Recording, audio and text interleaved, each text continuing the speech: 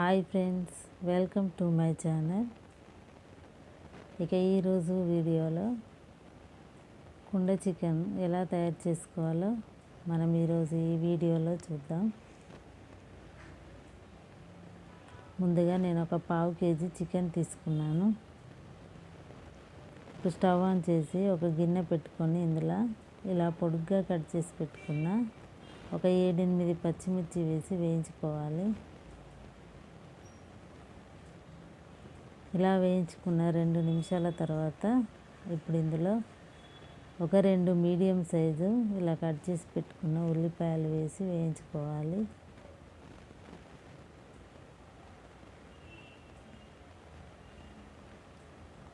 ఇలా ఉల్లిపాయలు ఇలా మధ్య మధ్యలో కలుపుతూ ఉండాలి. స్టవ్ మీడియం ఫ్లేమ్లో పెట్టుకొని ఈ రకంగా కలుపుతూ అడుగంటకుండా కలుపుకుంటూ ఉండాలి.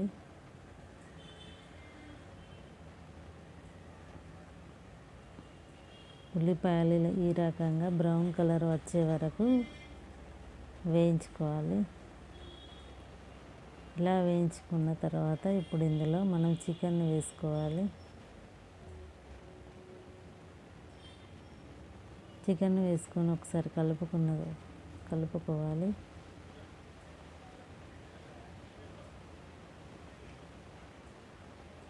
ఇలా కలుపుకున్న తర్వాత ఇప్పుడు ఒక 2-3 నిమిషాల పాటు మూత పెట్టుకుందాం.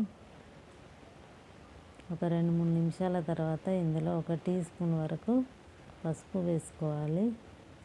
ఇందులో పుదీనా వేసుకొని ఒకసారి కలుపుకుందాం.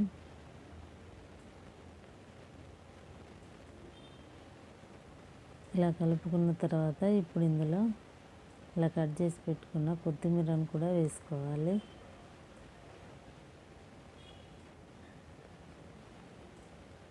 అడుగంటకుండా ఇలా కలుపుతూ ఉండాలి.